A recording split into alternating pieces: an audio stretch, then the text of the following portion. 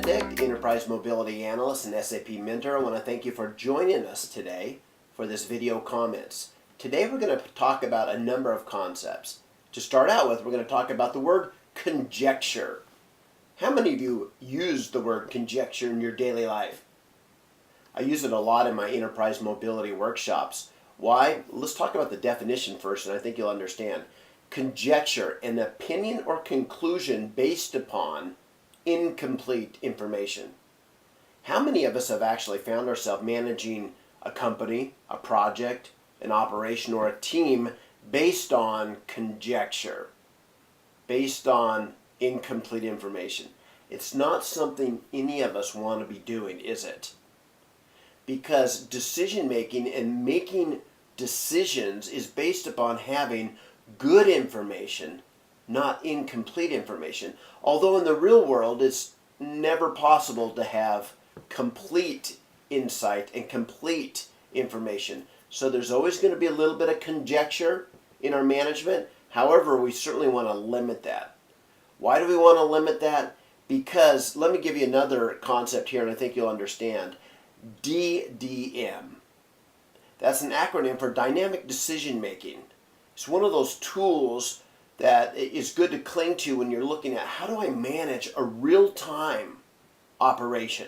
When I have guys out in the field and my view of information is incomplete, I have to do some conjecture.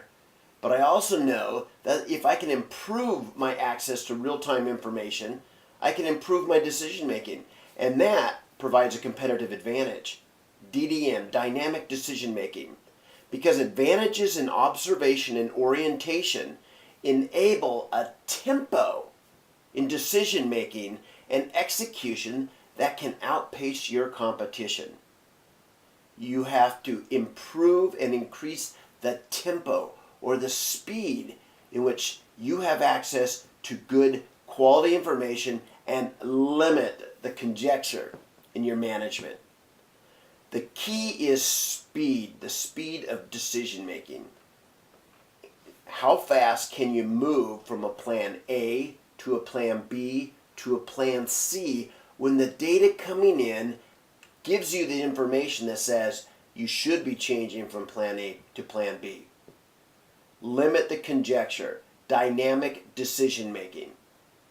All that is very important. You know, the special forces and the military today, they actually teach their soldiers, they give them tools and they teach them how to make decisions when there is conjecture or incomplete information, which there always is in the fog of battle.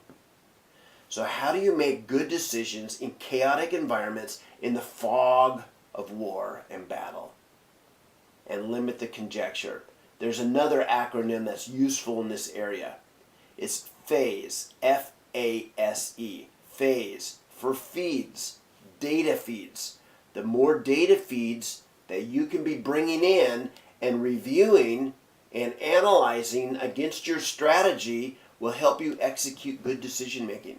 So phase, feeds, A, analyze, S, against your strategy to help you execute on good decision making. The phased approach. And the phase approach can be looked at as a circular system. The more feeds, the more analysis, the more strategy you can review against and execute decision making. But once you execute that decision, review the feeds again. Analyze the data coming in.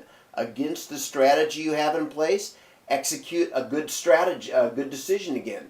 Review the findings. So the faster you can go around that decision making circle, the better you're at.